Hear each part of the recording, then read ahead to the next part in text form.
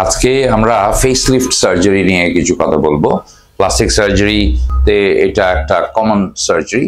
যখন একটা মানুষের ফেসে বয়সের ছাপ পড়ে যায়, স্কিনগুলা রিঙ্কলস হয়ে যায়, ঝুলে যায়, স্পেশালি এই জায়গাগুলা হেভি হয়ে যায়, দেখতে তখন অনেকের কাছেই ভালো লাগে না। নিজের ইয়াং ফিচার্সগুলা লস্ট হয়ে গেলে তখন আমরা ফেস লিফট করে দিই। এখান দিয়ে কানের গোড়া দিয়ে একটা ইনসিশন দিয়ে এই স্কিনটাকে আমরা টেনে দিই, বাড়তি স্কিনটা ছেটে কমিয়ে ফেলি।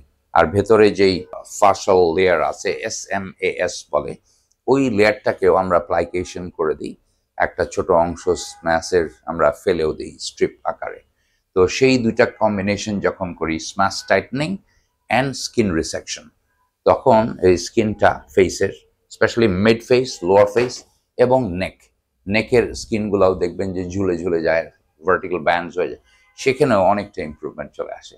তো face lift is a very gratifying surgery এবং এটাতে 10 বছর 15 বছর বয়সের ছাপ কমে যায়। অনেক পেশেন্টরা এটা করে স্বাচ্ছন্দ্য ফিল করে, আমরাও এটা রেগুলারলি